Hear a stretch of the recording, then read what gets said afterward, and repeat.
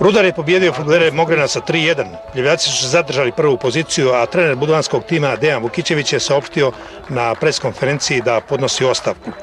Po njegovim riječima odluku o ostavci donio je ranije, a utakmicom u Pljevljima završio je sa radom u ekipi sa kojom je osvojio titulu prvaka i kup Crne Gore. Jeste još jedna onako serija teških utakmica i bit će jako teško držati se na toj poziciji. U svakom slučaju to mora biti jedan od ciljeva Mogrena. Kako trenutno stvari stoje, u te će ciljeve i sa tim ambicijama do kraja bez mene najvjerojatnije, ali o tom potom da ne remetimo ovo slavlje Rudara i ne radi se niti je vezano za utakmicu u Pljevljima, to su neki moji privatni razlozi, ali o tom potom. To je najavljeno uslov? Ne, najavio, završio posao, bude sigurno.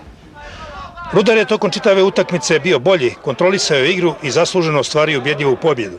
U prvom poluvremenu domaći su bili nadmoćniji, a prvu povoljnu priliku poslije centar šuta u Senije iskoristio je najbolji strijelac Rudara Ranđelović, 1:0, 16. gol kapitena pljevačke ekipe. Drugo poluvrijeme donijelo je zanimljivu igru u kojoj su domaći uspjeli da iskoriste gotovo sve povoljne prilike. U 70. minutu odlična akcija domaćih.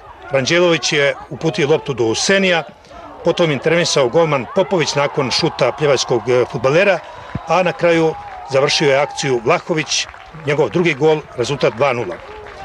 U 87. minutu Balša Božović je odlično izveo slobodan udarac i pogodio stativu.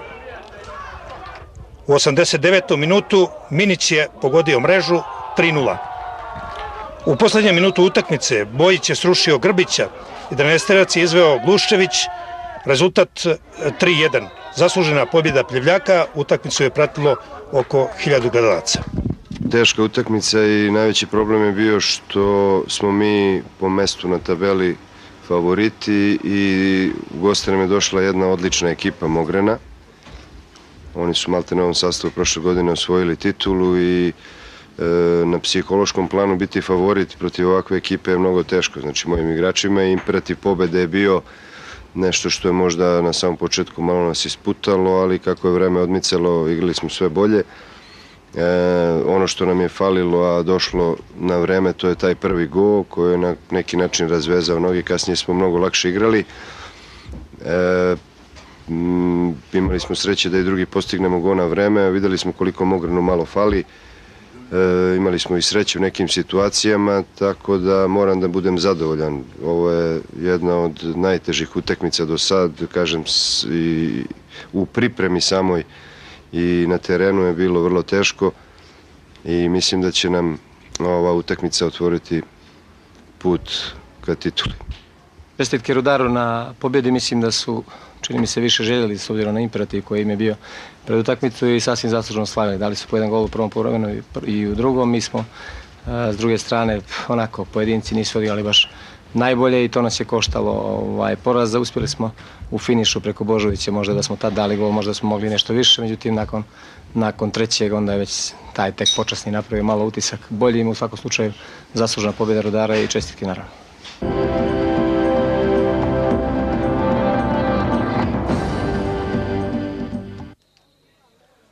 Beranci nijesu uspjeli da zabilježe još jednu pobjedu pred svojim navijačima koja bi im omogućila mirniji nastavak šampionata, a mogli su da su napadači domaćih bili malo prisebniji. Nadigrali su gosti iz Tuzli, stvorili više povoljnih prilika, ali to nije bilo dovoljno. Gosti su ipak uspjeli da osvoje bod. Već u 13. minutu Beranci su stigli do prednosti. Vukićević je ubacio loptu pred gol Dečića, Đalac se dobro snašao. Zakačio je malo loptu glavom, ali dovoljno da ona prevari Đokovića i završi u mreži. 5 minuta kasnije domaći su mogli i do drugog gola. Peličić nije uspio da iskoristi grešku odbrane Tuzana. U 22. minutu Đalac je uhvatio volej, ali je bio neprecizan. Ostalo je 1:0. U 39. minutu Ljumić nije uspio da iskoristi jedinu pravu priliku za goste. Doduše iz očiglednog ofsajda, ali je zastavica pomoćnog sudije Goranovića ostala spuštena.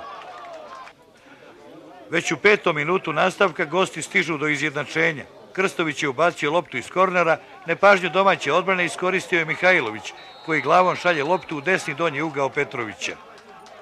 Kapiten domaćih Boban Naković u 58. minutu šutirao iz povoljne pozicije, ali je bio neprecizan.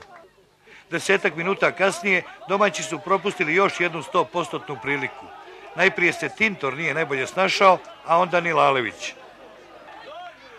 Poslednju povoljnu priliku za pobjedu domaćih propustio je Đalac. Bulić je dobro centrirao, Đalac je odlično reagovao, ali je golman Đoković uspio da zakači loptu koja se nakon toga odbila od prečke. Ostalo je Berane Dečić 1:1. Izjave aktera ovog meča nijesmo zabilježili jer je to bilo praktično nemoguće. Uslovi za novinare na ovom stadionu inače su izuzetno loši. Prostor namijenjen novinarima koristi publika, a nama ostaje da se snalazimo kako znamo i umijemo. Nakon meča do pres centra stižemo tako što se sa svom opremom uz pomoć improvizovanih stuba spuštamo do terena. Ovoga puta nije bilo ni tih famoznih stuba, pa smo pješke morali obigravati oko stadiona gdje je saobraćaj zabranjen kako bismo nekako došli do kola. To najbolje govori kakav je odnos predstavnika ovog kluba prema novinarima. Evo i liste strijelaca. Ivan Bošković 22 gola. Njegov imenjak Vuković 17, negdje se vodi 18, ali taj jedan gol bio je u stvari autogol, a ne pogodak Vukovića. Ranđelović je dao 16, Gluščević 11, Božo Milić 10, Fatos Bećiraj 9. Da vidimo i parove narednog 27. kola. Sastaće se Mogren Budućnost, Lovćin Rudar, Zeta Kom, Grbalj Mornar, Sutjeska Berana i Dečić Petrovac, to je naredne subote, a prije toga u srijedu igraju se polufinalni mečevi u kupu, Grbalj protiv Budućnosti i Rudar protiv Petrovca. Sutra će na tereni naši drugoligaši, derbi kola je Mladost Bratstvo, treće plasirani Bar gostuje u Gusinju, početak svih utakmica je u 16 sati.